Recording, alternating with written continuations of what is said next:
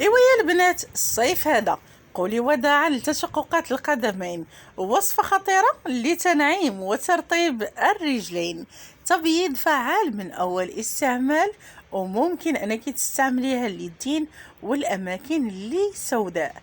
أنا متأكدة بحفنة ديال الملح وبعض المكونات غادي تحصلي على أحسن رجيلات، واخا يكونوا كيف ما كانوا. غادي تقولي وداع لخشونة القدمين، غادي تمتعي ليا بالرطوبة والبياض مثل الحليب. وانا متاكده ان هذه الوصفه غادي تورط لك الرجيلات ديالك باش تمتعي ليا بالصنيديله ومع الصيف.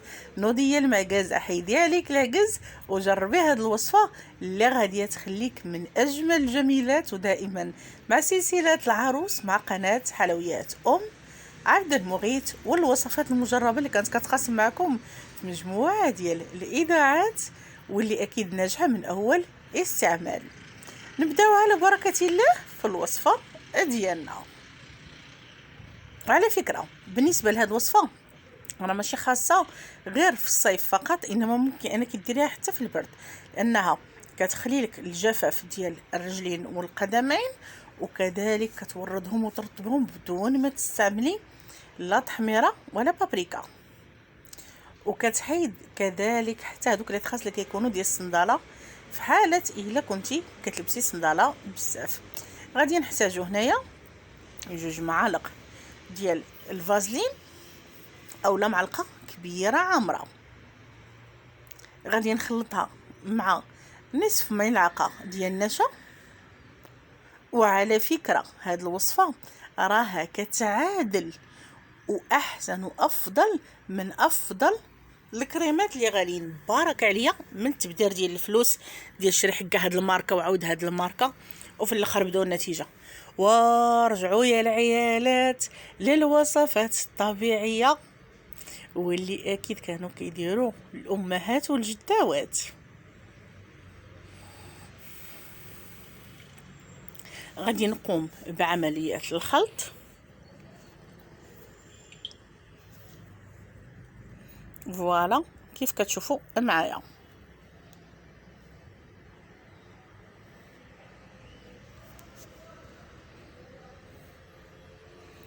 غادي نحصلوا على واحد الكريمه اللي ممكن انك تستعمليها بسهوله.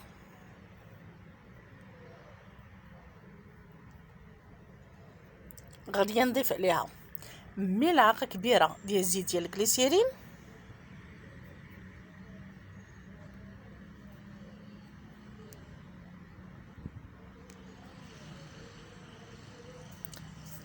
وممكن انا هاد الوصفه دار حتى المناطق الحساسه، حتى بالنسبه للوجه الا كان عندك مشكل ديال التجاعيد، وكذلك كتبيض لنا حتى الجسم. هنا غادي نقوم بعمليه الخلط جيدا حتى يطلع ليا هاد القوام ديال هاد الخليط.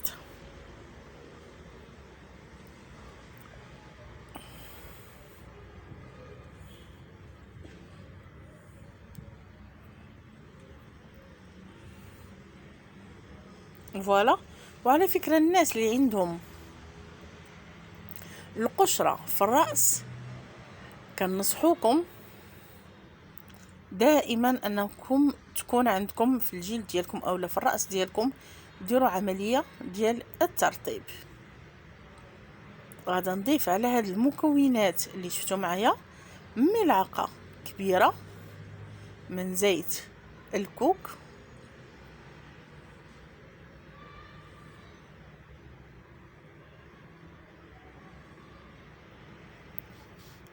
وغادي نقوم بعمليه تخليط مره اخرى. سينو الا ما عندكمش ممكن انكم تضيفوا زيت اللوز، ولكن ديال الكوك من الاحسن والافضل.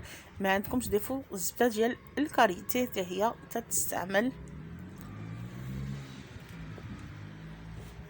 في هاد الوصفه وستعطي النتيجه ان شاء الله باذن الله. هنا باش غادي تعطينا هذيك التوريضه عندنا عده استعمالات. ممكن اننا نضيف دم الغزال راه تيتباع واجد. ممكن كذلك انكم تضيفوا العكر الفاسي، حتى هو تعطي نتيجه. انا ضد فكره اننا نضيفوا الملون ديال الحلويات، حيت حنايا هنا ما كنصوبوش في الحلوى وما كنديروش في العقده ديال اللوز اولا كنلونوا الصابلي، انما راه حنا بغينا اشياء اللي هي طبيعيه داخله في وصفات طبيعيه.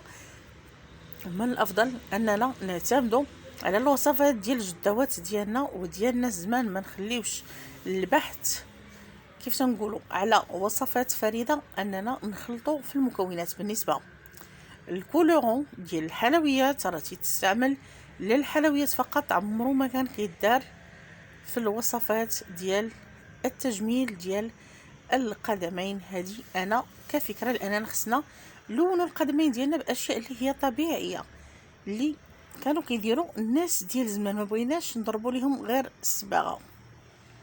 فوالا كيف كتشوفوا معايا. ممكن انكم كذلك تضيفوا القليل من الفوه مطحونه حتى هي ستعطينا اللون. ممكن انكم تضيفوا النيله في حاله الا بغيتوا تخلصوا من الجلد الميت والخلايا الميته اللي كتكون في القدمين وهذيك القشره اللي غليظه. ولكن قبل من هذا الشيء كامل وقبل الاستعمال ديال الوصفه غادي ناخذوا واحد السطل ديال الماء اللي غادي يكون طيب دافي مزيان يبقبق كيف تنقولوا، وغادا ديري فيه رجليك وغادا ديري فيه واحد 4 المعالق ديال الملح، وغادا تضيفي فيه كذلك القليل من الخل. ديري رجليك تيذوبوا اولا تحيد هذيك القشره اللي ستكون على القدمين اللي من جهه، ومن بعد كتحيديهم كتنشفيهم بواحد الفيطه وكتاخدي هذا الكريم وكديريه بالنسبه وكتحيد حتى العيا والعكاز اللي تيكون في الرجلين. بالنسبه للناس اللي معكازين ما عندهمش الوقت، حالتهم حاله، كنصحكم حبيبتي باش غادي ديروا هذا الكريم على الرجلين ديالكم كيف كتشوفوا معايا. غادي نهز ندير هنا واحد البلاستيكه هنا كانت كتجري التراب الرمله،